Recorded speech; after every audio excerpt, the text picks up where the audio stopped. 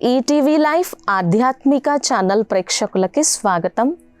మానస కార్యక్రమానికి సుస్వాగతం.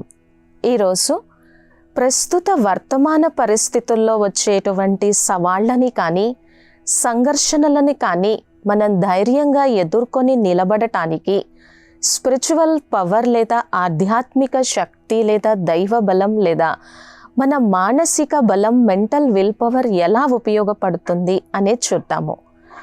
ఈరోజు సైంటిఫిక్గా మనం ఎంత డెవలప్ చెందుతున్నామో అంతగా మన మనస్సుల్లో తెలియనటువంటి ఒక సంఘర్షణ కానీ ఒక ఒత్తిడి కానీ స్లీపింగ్ డిజార్డర్స్ ఇటువంటి సమస్యలన్నింటినీ వింటూ ఉన్నాం. మరి ఈ ఆధ్యాత్మిక శక్తితో మనం వీటిని ఎలా అధిగమించగలమో, ఈ స్పిరిచువల్ పవర్ ఏ విధంగా మనకి ఉపయోగపడుతుంది అనేది చూద్దాము. అయితే దీనికంటే ఫస్ట్ మన మనస్సులో ఉన్నటువంటి బిలీఫ్ సిస్టమ్ని చెక్ చేసుకుందాం. ఆధ్యాత్మికత, స్పిరిచువాలిటీ లేదా సత్సంగము లేదా మన కోసం కొంత సమయాన్ని కేటాయించి ఏకాంతవాసిగా అవ్వటము, ఇటువంటివన్నీ విన్నప్పుడు మనకు ఎలా అనిపిస్తుంది అంటే ఇవన్నీ ఏదో మన లైఫ్ నుంచి రిటైర్మెంట్ అయిన తర్వాత 50 years లేదా 60 years వచ్చిన తర్వాత బాధ్యతలన్నీ పూర్తి అయిపోయిన తర్వాత మన జీవితంలో అన్వయించుకోవాల్సింది అనేటువంటి ఒక బిలీఫ్ సిస్టమ్ ఉంది. ఫస్ట్ ఈ బిలీఫ్ సిస్టమ్ని మనం చెక్ చేసుకొని చేంజ్ చేసుకొని ఆధ్యాత్మికత అనేది ఎప్పుడో లైఫ్ నుంచి రిటైర్మెంట్ అయిన తర్వాత కాదు, మన జీవితంలో మనం ఏ స్థితిలో ఉన్నా కానీ ఈ ఆధ్యాత్మికతని అన్వయించుకోవచ్చు. ఇక్కడ ఆధ్యాత్మికత మనకి ఏం నేర్పిస్తుంది అంటే ఎటువంటి సమస్య వచ్చినా, పరిస్థితి వచ్చినా, ఆందోళన వచ్చినా ధైర్యంగా ఎలా ఎదుర్కొని నిలబడగలిగి మనస్సు దాని యొక్క ప్రభావంలోకి రాకుండా ఎలా శక్తిశాలిగా ఉండాలో అటువంటి స్థితిని మన మనస్సుకి ఎక్కడి నుంచి తీసుకొని వస్తామో, అది మన మనస్సు దైవంతో లేదా పరమాత్మతో లేదా ఈశ్వరునితో కనెక్ట్ అయినప్పుడు మాత్రమే, లేదా మన కోసం మనం కొంత సమయం కేటాయించి చాలా పాజిటివ్ ఎఫర్మేషన్స్ని కానీ చాలా శ్రేష్టమైనటువంటి ఎలివేటెడ్ నాలెడ్జ్ని కానీ మన మనస్సుకి మనం ఇచ్చినప్పుడు మాత్రమే కదా మనస్సు శక్తిశాలిగా అవుతుంది. ఉదాహరణ కోసము, ఈరోజు నేను ఏదైనా ఒక పరీక్షలో ఫెయిల్ అయ్యాను లేదా నాకు ఇంకా ఏదైనా అనారోగ్య సమస్య కలిగింది, నా మనస్సులో శక్తి లేదనుకోండి, నేను ఆ పరిస్థితి ప్రభావంలోకి వచ్చేస్తాను, నేను చాలా ఆందోళనకి గురి చెందుతాను, నాతో నేను నెగిటివ్ సెల్ఫ్ టాక్ చేసుకుంటాను. కానీ ఇక్కడ ఆధ్యాత్మికత మనకి ఎలా ఉపయోగపడుతుంది, ఈ దైవ బలం అనేది మనకి ఎలా ఉపయోగపడుతుంది అని అంటే పరిస్థితిని సాక్షిగా చూస్తూ పరిస్థితి యొక్క ప్రభావంలోకి రాకుండా మనం చాలా అచల్ అడోల్గా ఉండేటువంటి ధైర్యాన్ని, ఆ స్థితిని మనకి ప్రసాదిస్తుంది. సో దీన్ని మనం ఎంతగా ప్రాక్టీస్ చేసి చూస్తే అంతగా మన జీవితంలో దీని యొక్క ఫలితాలని ఆస్వాదించవచ్చు. అసలు మన మనస్సుకి ఎటువంటి పాజిటివ్ ఎఫర్మేషన్స్ లేవు, మన మనస్సులో ఎటువంటి భగవంతుని యొక్క ఆరాధన లేదు, ఏ విధంగా శ్రేష్ట సంకల్పాలు చేయాలి అనేటువంటి ఒక ప్లానింగ్ లేదు. అప్పుడు మనం ఎలా ఆ సమస్యని ఎదుర్కొని నిలబడగలమో, ఎలా ఆ భయాన్ని ఆందోళనని తట్టుకోగలమో. అందుకే కదా ఈరోజు ఎన్నో రకాల అనారోగ్య సమస్యల్ని చూస్తున్నాం. ఈ అనారోగ్య సమస్యలు ఈ విధంగా తలెత్తడానికి కారణం ఏంటంటే కేవలం మనం తీసుకునేటువంటి ఆహారమే కాదు, మన ఆలోచన విధానము, ముఖ్యంగా నెగిటివ్ థింకింగ్. మరి ఆధ్యాత్మికతని మన జీవితంలో అన్వయించుకోవటం వలన ఈ సవాళ్ళని కానీ సంఘర్షణలని కానీ మనం ఎదుర్కొని నిలబడగలము. ఎందుకంటే ఆధ్యాత్మికత అనగానే మనకి అటువంటి శ్రేష్టమైనటువంటి జ్ఞానాన్ని ఇచ్చి మన మనస్సు ఎటువంటి సంఘర్షణ వచ్చినా కానీ తట్టుకొని నిలబడగలిగేటువంటి ధైర్యాన్ని కానీ, స్థితప్రజ్ఞ అవస్థని కానీ, భయరాహిత్య స్థితిని కానీ ఇచ్చేటువంటి పరమాత్మ మన మనస్సులో, మన హృదయంలో సదా ఉంటారు. ఆయన చెప్పేటువంటి మహావాక్యాలు మన మనస్సులో ప్రతిధ్వనిస్తూ ఉంటాయి. అదే భగవద్గీత 18వ అధ్యాయంలో మచ్చిత్తాహ సర్వదుర్గాణి మత్ప్రసాదాత్ తరిష్యసి, భగవంతుడు ఎంత హామీ ఇస్తున్నారు అంటే మచ్చిత్తాహ సర్వదుర్గాని మత్ప్రసాదాత్ తరిష్యసి ఏ తద్వ అనహంకారాన్ న శ్రోష్యసి వినశ్యసి. ఇక్కడ పరమాత్మ గీతాచార్యుడు భగవంతుడు మనకి ఎలా హామీ ఇస్తున్నారు అంటే ఎవరైతే కొంచెం సేపైనా సరే, అది కొన్ని నిమిషాలైనా సరే నా కోసం సమయాన్ని కేటాయించి భగవంతుని యందు మనస్సుని నిలిపి, ఎవరైతే తండ్రి నీవే ఉన్నావు అని ఎవరైతే వాళ్ళ చింతలని భారాలని భగవంతునికి అప్పగించి ఆయన మీద విశ్వాసం పెట్టుకుంటారో మచ్చిత్తాహ సర్వదుర్గాని మత్ప్రసాదాత్ తరిష్యసి, అటువంటి వారిని భగవంతుడు తన కృపతో తన ఆశీర్వాద హస్తంతో వాళ్ళ యొక్క అన్ని కష్టాలను సమస్యలను నేను తొలగిస్తాను. వాళ్ళ జీవితం ఏ విధంగా ఉద్ధరణకి లోను కావాలో అటువంటి శ్రేష్ఠ జ్ఞానాన్ని, అటువంటి మనోస్థితిని ఇస్తాను.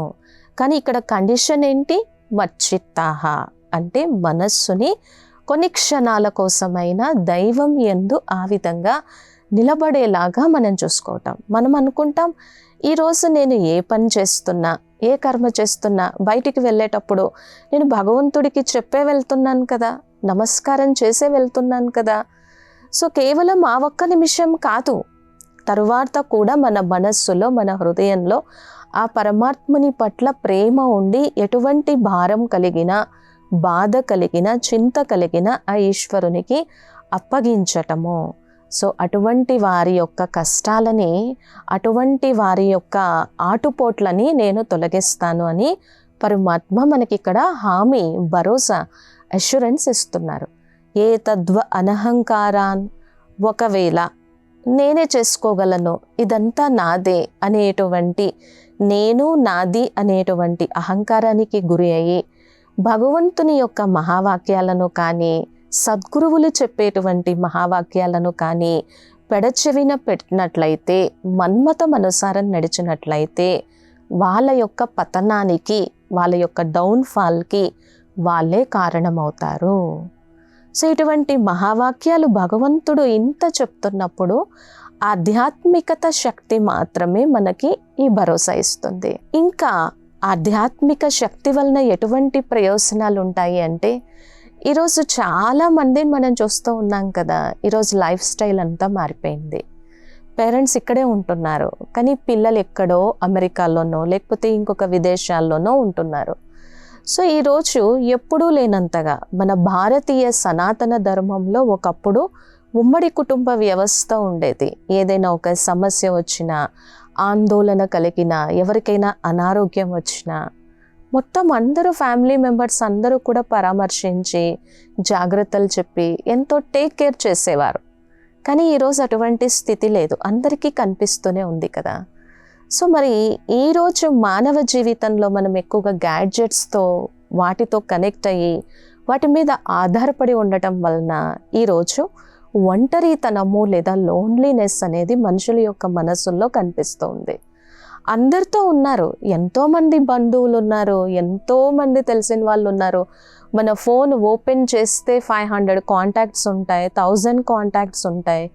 కానీ మనం కష్టంలో ఉన్నప్పుడు, బాధలో ఉన్నప్పుడు, సమస్యలో ఉన్నప్పుడు నిజంగా దాన్ని తెలుసుకొని పరామర్శించేవారు కౌంటబుల్, ఒకరు లేదా ఇద్దరు. కాబట్టి ఈరోజు ఒంటరితనంతో కూడా బాధపడేటువంటి వారిని చూస్తున్నాం కదా. మరి ఆధ్యాత్మికతకు వచ్చినప్పుడు అదేం నేర్పిస్తుంది అంటే, ఈ ఒంటరితనాన్ని, లోన్లీనెస్ని, మనస్సులో ఎప్పటి నుంచో ఉన్నటువంటి ఆ ఇన్సెక్యూరిటీ లేదా అభద్రతా భావాన్ని తొలగించి భగవంతుడు నాకు సదా తోడుగా ఉన్నారు, ఆ పరమాత్ముని యొక్క ఛత్రఛాయలో, ఆయన యొక్క రక్షణలో నేనెంతో సురక్షితంగా ఉన్నాను, ఒంటరితనంగా ఫీల్ అవటము నా స్వభావం కాదు, నా సంస్కారం కాదు, అదొక మెంటల్ డిజార్డర్, అటువంటిది కాదు అని ఏకాంతవాసిగా అయ్యి ఎంతో ఆనందంతో కూడినటువంటి అనుభూతిని పొందటానికి మనకి ఈ ఆధ్యాత్మికత శక్తి చాలా ఉపయోగపడుతుంది. ఏదైనా ఒక మంచి మహావాక్యం వినటము, లేదా ప్రతిరోజు సత్సంగత్వే నిస్సంగత్వం, నిస్సంగత్వే నిర్మోహత్వం, నిర్మోహత్వే నిశ్చలతత్వం. అంటే ఏదైనా ఒక ఆశ్రమానికి కానీ సత్సంగానికి కానీ వెళ్ళి ఒక అరగంట, లేదా మనకి టైం లేదు అనుకుంటే ఒక 10 నిమిషాలు మాత్రమే. ఇక్కడ ఆశ్రమము అంటే ధ్యాన మందిరం కావచ్చు, యోగం మనం మంచిగా చేసుకునేటువంటి ఒక చక్కటి వైబ్రేషన్స్ ఉన్నటువంటి వాతావరణాన్ని క్రియేట్ చేసినటువంటి స్థానం ఏదైనా కావచ్చు.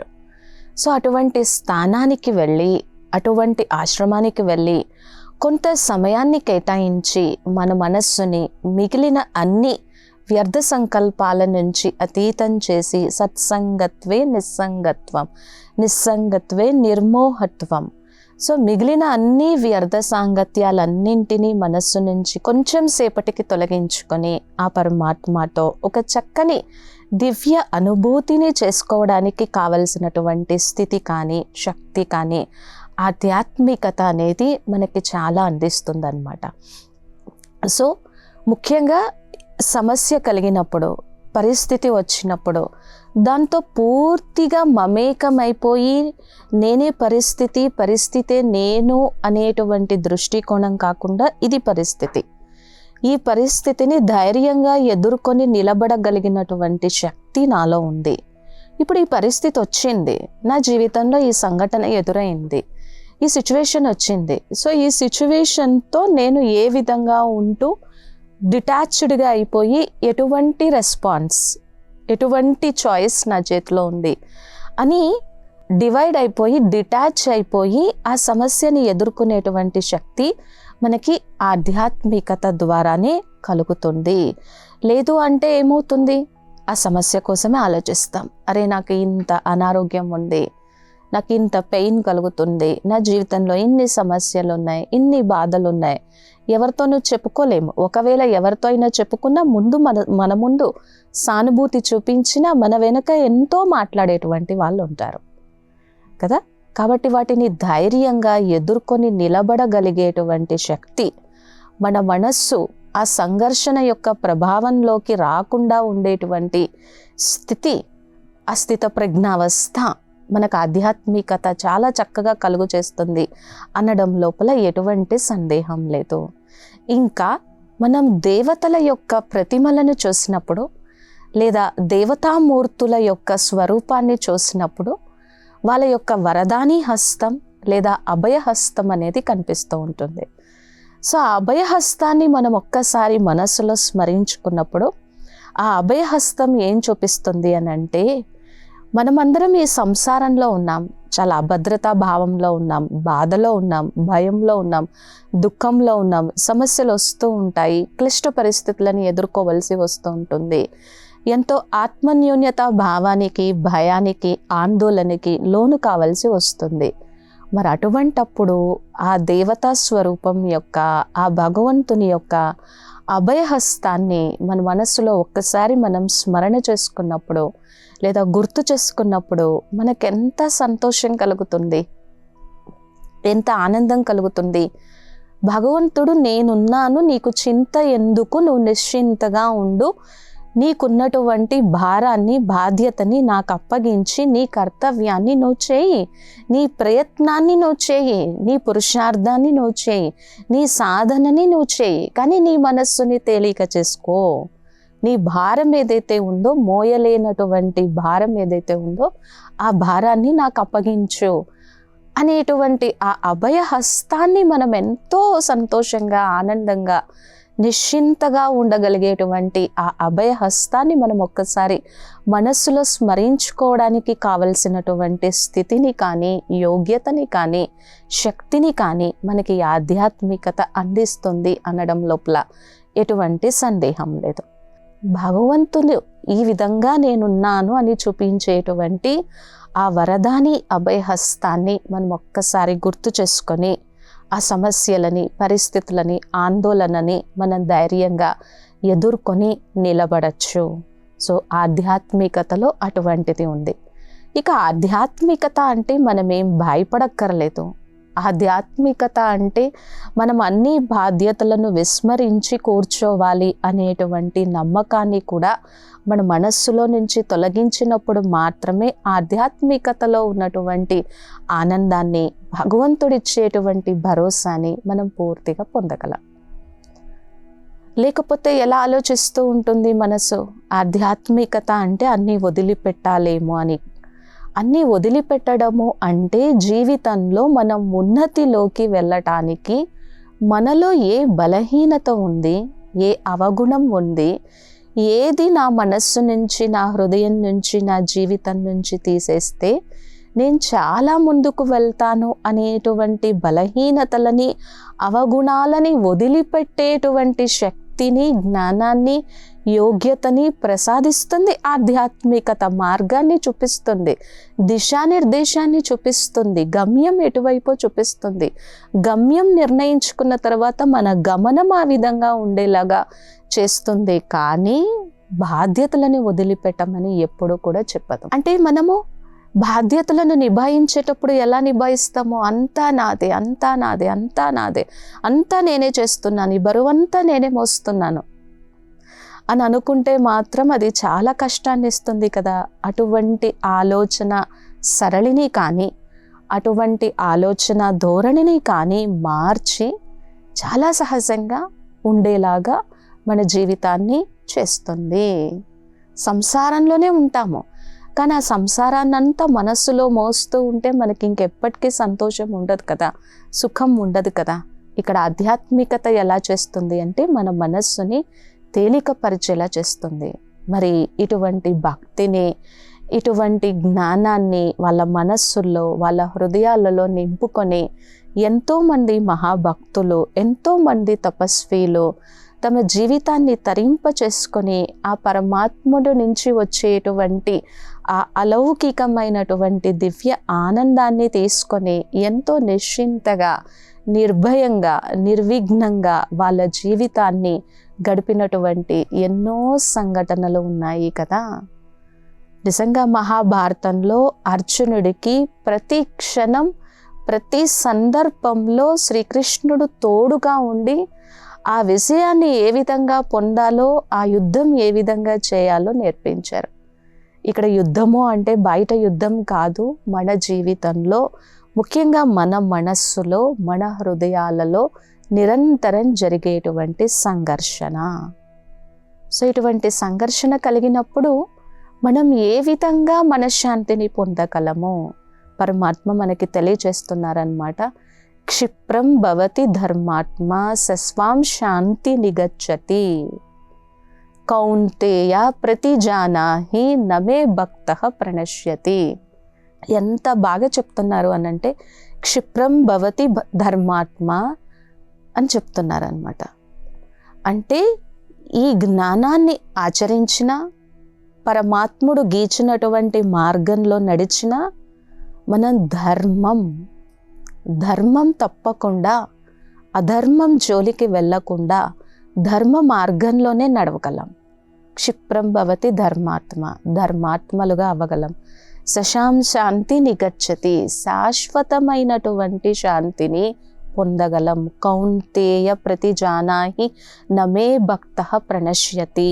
నన్ను నమ్మినటువంటి భక్తుడు, నన్ను ఆరాధించేటువంటి భక్తుడు, నేనే అనేటువంటి నమ్మకం పెట్టుకున్నటువంటి భక్తుడు ఎప్పుడూ నష్టపోడు, ఎప్పటికీ నష్టపోడు. నేను ఆ భరోసా, ఆ నమ్మకాన్ని, ఆ విశ్వాసాన్ని ఇస్తాను అర్జున, ఈ విషయాన్ని అందరికీ తెలియచేయి అని భగవంతుడు చెప్తున్నాడు.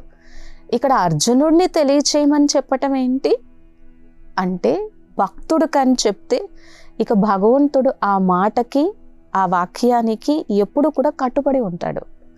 భక్తుడి మీద అంత ప్రేమ ఉంటుంది భగవంతుడికి. నమే భక్తః ప్రణశ్యతి, నన్ను నమ్ముకున్నటువంటి భక్తుడు ఎప్పుడు నష్టపోడు.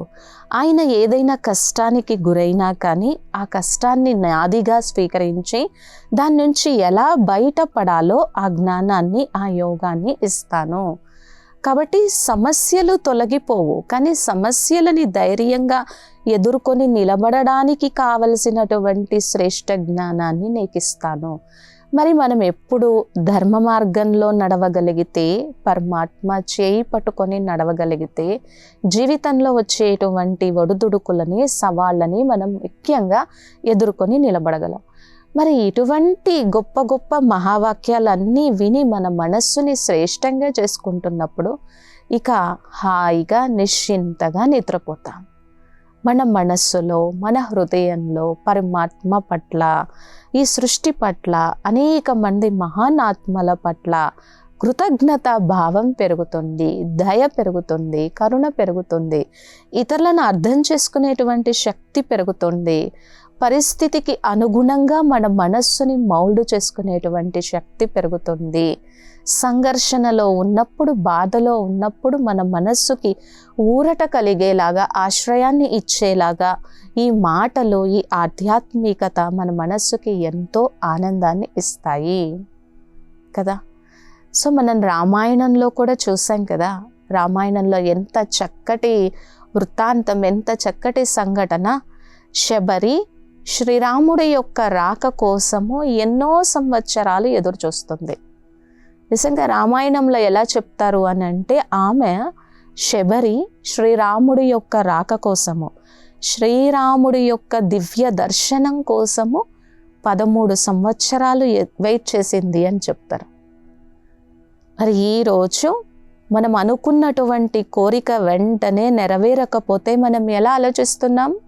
భగవంతుడినే మార్చేస్తూ ఉన్నాం కదా, దేవాలయాన్నే మార్చేస్తూ ఉన్నాం, పూజ అర్చన విధానాన్నే మార్చేస్తూ ఉన్నాం, మన ధర్మాన్నే మార్చేస్తూ ఉన్నాం. మరి మనకంత ఓపిక ఉందా? మనకంత సహనం ఉందా? ఒక్కసారి ప్రశ్నించుకుంటే మన మనస్సు మారిపోతుంది. అందుకే ఇటువంటి వృత్తాంతాన్ని, సంఘటనలని విన్నప్పుడు మనం కూడా ఎలా మెలగాలో మనకి ఇవన్నీ చాలా చక్కగా నేర్పిస్తాయి. మరి ఆమె 13 సంవత్సరాలు ఎదురు చూసింది. చరిత్రలో ఒక మహాభక్తురాలిగా, ఆ శ్రీరాముడి యొక్క దివ్య దర్శనం చేసుకున్నటువంటి మహాభక్తురాలిగా నిలిచిపోయింది. సో ఎక్కడి నుంచి వచ్చింది ఆ శక్తి? ఆధ్యాత్మికత నేర్పుతుంది. మన మనస్సుని ఏ విధంగా సంస్కరించుకోవాలో నేర్పుతుంది. మన మనస్సు అలజడితో ఉన్నప్పుడు, వ్యర్థ ఆలోచనలతో ఉన్నప్పుడు దివ్య బుద్ధి ద్వారా దానిని ఏ విధంగా మన స్వాధీనంలోకి తీసుకొచ్చుకోవాలో నేర్పిస్తుంది కదా. సో కాబట్టి ఖచ్చితంగా ప్రస్తుతం ఉన్నటువంటి సంఘర్షణలని ఏవైనా సరే, అది జాబ్లో ప్రాబ్లం అయినా కానీ, హెల్త్ ఇష్యూస్ కానీ, రిలేషన్షిప్ ఇష్యూస్ కానీ, ఏవైనా సరే భగవంతుని యొక్క భరోసా ఇచ్చేటువంటి చక్కటి మహావాక్యాలన్నింటినీ మనం వింటూ, మన మనస్సులో ధారణ చేస్తూ, వాటన్నింటినీ ధైర్యంగా ఎదుర్కొని నిలబడగలగడానికి కావలసినటువంటి స్థితప్రజ్ఞ అవస్థ లేదా స్ట్రాంగ్ స్టేట్ ఆఫ్ బ్యాలెన్స్డ్ మైండ్ని మనం ఆధ్యాత్మికత ద్వారా పొందగలం.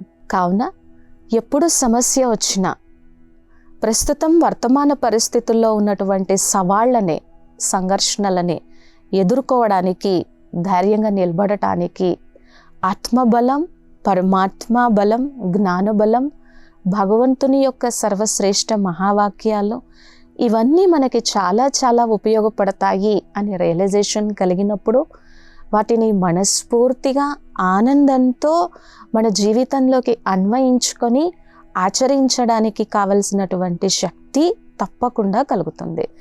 ధైర్యంతో మనం ఒక్క అడుగు వేస్తే 1000 అడుగుల సహాయం ఇవ్వటానికి, మన చేయి పట్టుకొని నడిపించడానికి కూడా పరమాత్మ మనకి తోడుగా ఉన్నారు అనేటువంటి ఒక దివ్య అనుభూతి ఆధ్యాత్మికత ద్వారా మనం పొందొచ్చు. ఈరోజు ఈ దివ్యమైనటువంటి అంశాన్ని తెలుసుకున్నాము. మరొక చక్కటి దివ్యమైనటువంటి అంశంతో తర్వాత ఎపిసోడ్లో కలుద్దాము.